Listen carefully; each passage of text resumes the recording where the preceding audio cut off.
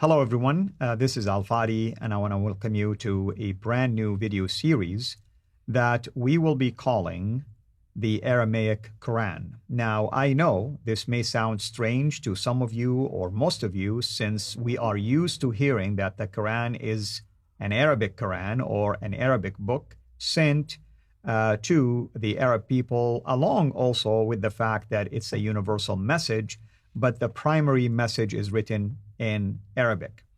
Now, the reason why myself and Dr. J. Smith have chosen this particular title is that we are going to unpack a number of resources that are really available for people to access. We will be sharing the names of these resources with you along the way, but we wanted to show you that there is actually a strong evidence out there that would suggest that the Quran as we know it today could have originated from another prototype, possibly even Aramaic type.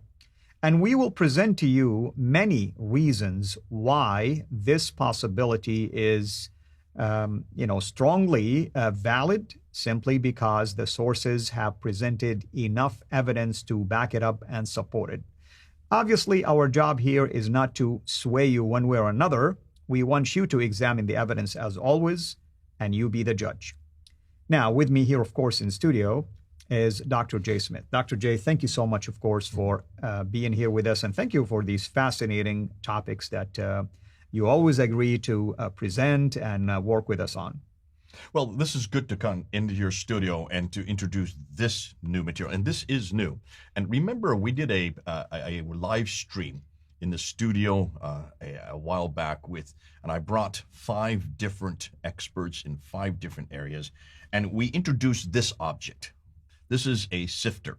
And we're calling ourselves the sin sifters, the standard Islamic narrative. That's what sin is. It's the standard Islamic narrative. And we're putting the standard Islamic narrative into the sift, and we're seeing what comes out the bottom, what really was there. Because we're interested in what really happened in the 7th century. And to do that, we have to sift through and throw out all that does not belong. That's what a sifter does. It throws out all the bad stuff, or it keeps the good stuff depending on what you use it for. In this case, we want to get rid of all of this standard Islamic narrative, which is about the Quran. That's why I'm wearing brown today, because this is about the Quran. And we want to put it into the sifter, and we want to see what happens at the end. And we're going to be going through quite a few segments in this series and looking for that Quran, or that archetype, or the proto-Quran, I guess is the way to put it. Right.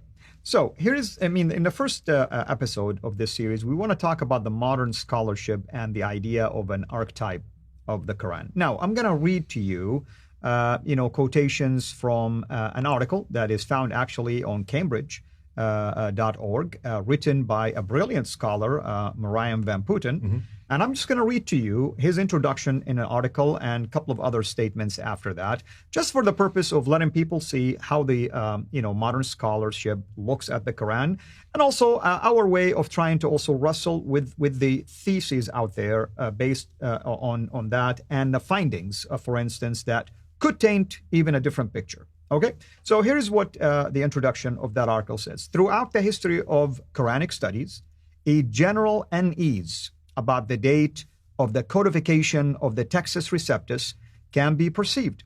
Traditionally, it is believed that it was the 3rd Caliph Uthman ibn Affan who codified the rasm, or consonantal skeleton, of the text as we have it today.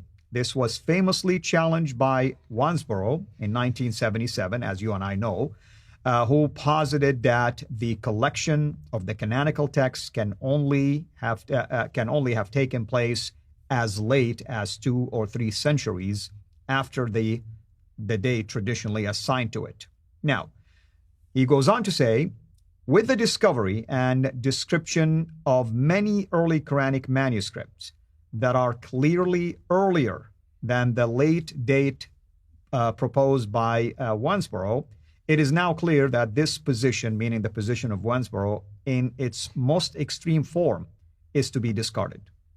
Nevertheless, many of the reasons for skepticism about the early date of the compilation of the texts having been dispelled and a general unease remains in the field of Quranic studies. And this is where I want you to pay attention to this. This paper, he says, aims to show not only that all the early Quran manuscripts descend from a single written archetype, but also that the text was clearly spread through the copying of a written exemplar. Mm-hmm. Okay, I'll turn it over to you. Great stuff.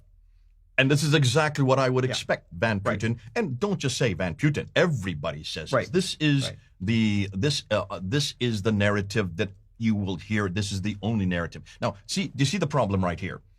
Why is he saying that? The reason why is because the standard Islamic narrative says so.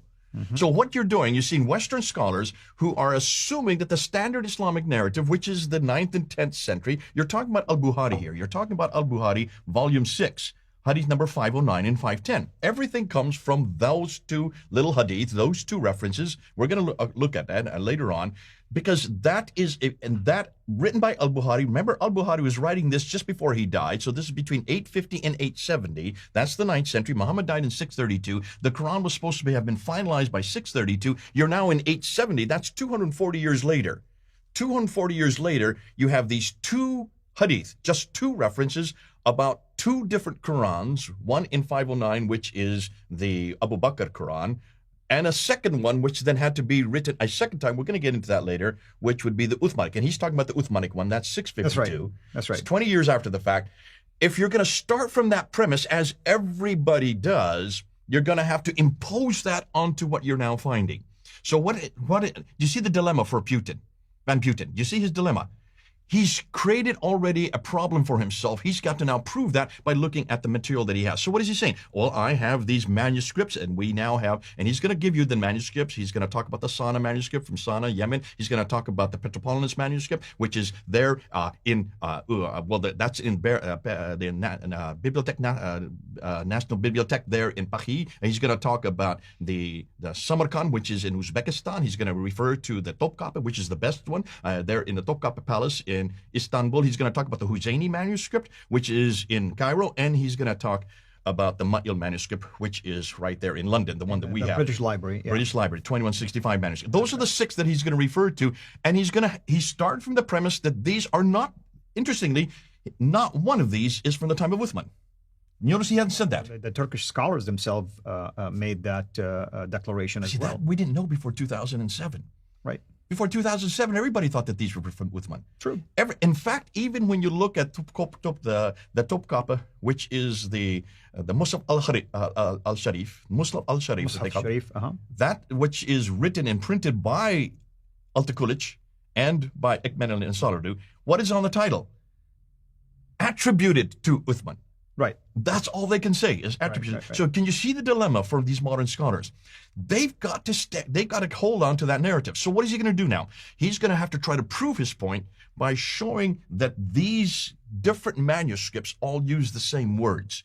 And if they use the same letters, like the Tar Marbuta or the Ta Maftuha. Okay. I mean, like in this article, he's talking about a word, you know. And what word is it he's using?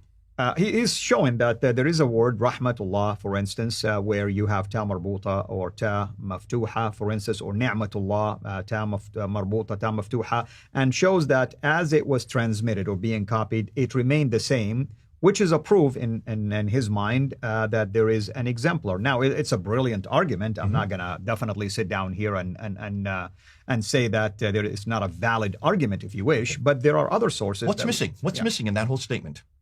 You're still focusing, like you said, on the standard Islamic narrative and overlooking anything. Okay. Yeah. What is missing? I'll tell you what's missing. Number one, he's talking about an Arabic Quran. That is true. He's talking about Arabic words, letters. Right. Exactly. That's an Arabic letter. Therefore, he's talking about something that is much later. He's talking about something from the 8th and 9th century. I want to know what's happening in the 7th century. He's not mentioned Uthman. None of these are from Uthman. He never has said that in this article. He doesn't even say. He says attributed. He has to always put the word attributed to Uthman. I want to know what really happened with Uthman. Are you talking about Van Putten saying attributed? Does he ever say that this is from Uthman? Well, he's making the case that it is Uthmanic, basically. Yeah. But how can you do that? By looking at manuscripts that don't even begin to appear till 705. I hear you. And Uthman did this in 652. So already there is not a lie. He's not saying a lie here, but he's stretching he has to stretch it because he does not dare say what we're going to say. Because I don't care diddly swat about the 8th century. I don't care diddly swat about the 9th century. I want to know what happened in the 7th century. Why aren't they going to the 7th century? Why aren't they going to the very century that all of this happens? And that's what we're going to do in these series. This series, we're going to go back to the 7th century, and we want to look at the real Qur'an. We want to look at the real archetype, and we want to go to what we are calling the Proto-Qur'an, because it does come from somewhere. It does come there. So I'm going to stick everything that Van Putten is saying in here. He's part of this, and I'm going to see what comes out at the bottom. But see, it's going to take quite a few episodes to get to that. Right. So this is a good introduction. Let's start with the modern scholars. The dilemma for the modern scholars is they have to say this because they dare not go outside. We're going to do a whole segment on the problem with academia today, because academia is they're caught in a vice. They're caught in a vice because they have to stay in here. They don't dare come out down the bottom. They have to keep all the material, and they've even got to prove their point. And I feel sorry for the Van Putens of the world, because the Van Putens of the world are restricted. There's no other area of research I know where this is the case. Would we ever say this about the New Testament or the Old Testament manuscript? Absolutely not. Absolutely not. No. We kept with the Latin Vulgates? No. We went right to the Greek manuscripts when they were discovered. Remember when Tischendorf discovered the Sinaiticus there in the 1800s? Or is it the 19? What was it? Is the 1800s when you have Tischendorf, and he came across this manuscript. He didn't sit there and say, "I don't want to dispel this. I don't want to skip. I don't want." He had to take that manuscript, bring it back to Britain. They had to go and date it to the 4th century. That was dated, and there's been an enormous amount of research. Did they ever constrict themselves to an archetype or an Bible or a proto-Bible? No, they they followed where the evidence lay, and that's why we've done it with the Bible. We're not going to do it with the Quran, and that's why what we're going to find out now, what the Germans have found out especially, is going to change everything that the narrative has told us. And this is why, in some ways, this is going to be a difficult series for Muslims to listen to. But it is absolutely essential if they're going to hold any responsibility before the world as far as the claims they make about their Quran. Because what we want to do now is we want to go and unpack what really in the next episode, we want to unpack what really Islam is saying about their Quran. The standard Islamic narrative. What does the standard Islamic narrative, what is it that we're going to see being put in here that has been taught all over the world that the Van Putens have to listen to? We need to understand that. We're going to unpack that in the next episode. Wonderful. And of course, for the sake of our viewers here, some of the topics that we will address in the future, I'm not going to give them to you like in a specific order here, but we're going to talk about, like you heard next time, about the standard Islamic narrative as opposed to the other findings, for instance, that will there is a tension between other evidence as opposed to the standard Islamic narrative itself concerning when the Quran was compiled, for instance, by whom, and so on and so forth. We're going to talk about something called the 63 fragments, and we'll leave it like that because when we get there, I think you'll find it very interesting. We're going to talk about the claim that the Quran is preserved. In other words, that today's Quran, the 1924 Quran, is the exact replica of the Quran that was, for instance, rescinded by Uthman.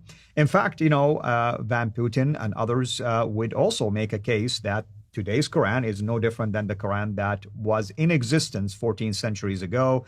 We are going to talk about how did this collection itself of the Quran originated, the role of Omar in there, the dotting and vowel marks and all that kind of stuff, the true prototype, and that's when we're going to start venturing into what we call the Aramaic layer or background of the Quran, the problem with academia. And there is so many other things that we will be unpacking throughout this particular video series. So I hope everyone will be enjoying this. Anything else, brother, you want to add to this? No. And what we're going to do, by the time we get to the end, wait till you find out wait to the conclusions of what we're going to find. I can't wait till I get to the conclusions, but I'm going to have to wait and hold my excitement because what we do, we really want to find that proto-Quran. We do want to find what Van Putten is talking about. We want to get back to the archetype. We want to get back to the Quran. Right. wait till you find out what we are going to show you. And I want to point out to our viewers, these sources right here, specifically these three, the yellow one, the one in the middle, and the blue one. And the reason why we have them here, because we will be referring to them periodically, and we're going to show you, like, the authors of these books make a compelling case that there is a prototype that the Quran borrowed from. Now, this is scholarship, right, Jay? And scholarship demands research. Scholarship demands finding ways to have tension with another, let's say, thesis, for instance. This is a thesis versus the standard Islamic narrative thesis. But sadly, so far, from my own experience and from my own research, the standard Islamic narrative thesis have holes that are hard to basically cover. There is gaps that you have to really wrestle with, where in fact, in sources like this, you can easily make a case that, okay, oh, now we know where it came from, or now we know where it originated from. So this is why we want to share these things with you. And again, we have it here because we're not really bringing something from out of nowhere. It's available. Anyone can buy it, right? Yeah. 50 years of scholarship. Anyone can go and buy those 3 books. 50 Absolutely. Years. Yeah, and we're here just to show you that we're relying on these sources. Please go and buy it, absolutely. Don't tell me so-and-so attacked the author. That's not what we're talking about. We want you to go and read what the authors have written, because I'm familiar with negative views, because goes against what? The standard Islamic narrative. You're always going to have attacks against it. I mean, we have thick skins, by the way. We don't care for these kind of attacks. We want to present evidence, and that's what we care about. So hopefully you will enjoy this ride. It's going to be sometimes rough. It's going to be difficult. If you're a Muslim watching this, you may not even like what we're talking about. But at the end of the day, we really want you to have firsthand look at things that sadly no one most likely is going to share with you outside of this particular media and this particular environment. So hopefully you'll find it beneficial to you. Until next time, have a blessed day. Thank you for watching this video. Be sure to like and subscribe to our channel, CIRA International, and click on the bell so that you receive notifications whenever we publish a new video or go live. I would also like to appeal to you to consider becoming a Patreon patron by clicking the link right below. By doing so, you can give towards the production of these videos. There are also other options for you where you can give to our channel. I thank you from the bottom of my heart.